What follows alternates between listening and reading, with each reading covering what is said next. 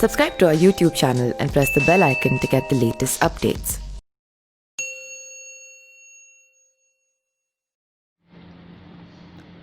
सब जानते हैं कि महाभारत के एक अहम पात्र धृतराष्ट्र जन्म से ही अंधे थे, लेकिन क्या आप जानते हैं कि वह अपने पिछले जन्म के बुरे कर्मों की वजह से नेत्रहीन थे। यही नहीं, धृतराष्ट्र ने अपनी पत्नी गांधारी के पिता और उनके भाइयों को मरवाया था। आखिर उन्होंने ऐसा क्यों किया और उसके अंधेपन के पीछे कौन सा रहस्य है, आइए जानते हैं धृतराष्ट्र की जीवन से जुड़ी कुछ खास बातें।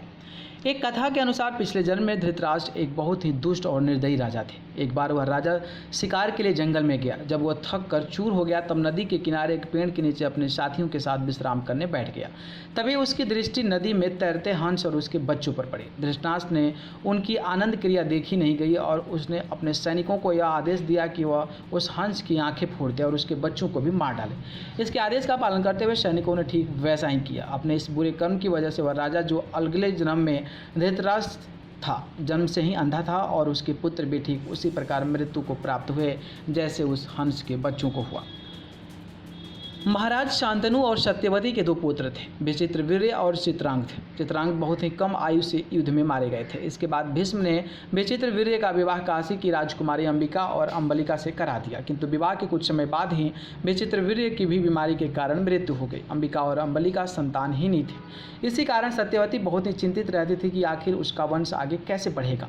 अपनी समस्या का समाधान पाने के लिए वह महर्षि देवव्यास के पास गई और उनसे उपाय पूछा। तब महर्षि की दिव्य शक्ति से अंबिका और अंबालिका को संतान प्राप्त हुआ। क्योंकि उस वक्त अंबिका ने महर्षि के भय के कारण आंखें बंद कर ली थी, इसलिए उसे अंधी संतान के रूप में धृतराष्ट्र प्राप्त हुए और अंबालिका, जिसका शरीर डर के मारे पीला पड़ गया था, उसे पुत्र के रूप में पांडु प्राप्त हुए, जो जन्म से ही कमजोर थे। जब धृतराष्ट्र विवाह योगी हुए तो भीष्म ने उनका विवाह राजकुमारी गांधारी से करवा दिया। विवाह के पश्चात जब गांधारी को यह पता चला कि उसका पति नेत्रहीन है तो उसने भी अपनी आंखों पर पट्टी बांध ली। वरदान के रूप में गांधारी और धृतराष्ट्र के 100 पुत्र और एक पुत्री की प्राप्ति हुई।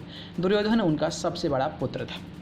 गांधारी के साथ विवाह से पहले धृतराष्ट्र को यह नहीं पता था कि उसकी पत्नी की कुंडली में कोई दोष है, जिसके कारण पहले गांधारी का विवाह एक बकरे के साथ करवाया गया, बाद में उसे बकरे की बलि दे दी गई। जब धृतराष्ट्र को यह बात पता चली तो उसने गांधारी, नरेश, शुबल और उसके 100 पुत्रों को बंदी बना लिया।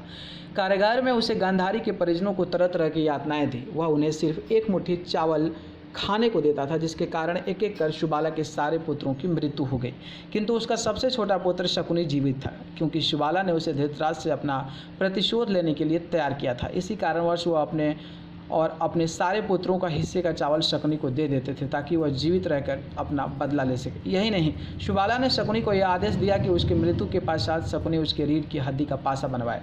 जब शुबाला अपनी अंतिम सांसें गिन रहा था तब उसने धृतराष्ट्र से शकुनी को छोड़ने की विनती की, जो उसने मान ली और शकुनी को आज़ाद कर दिया। बाद में शकुनी और उसके पिता की रीढ़ की हड्डी से बना पासा ही कौरवों के नाश का कारण बना था। न्यूज़ रूम से न्यूज़ लाइव की report. Subscribe to our YouTube channel and press the bell icon to get the latest updates.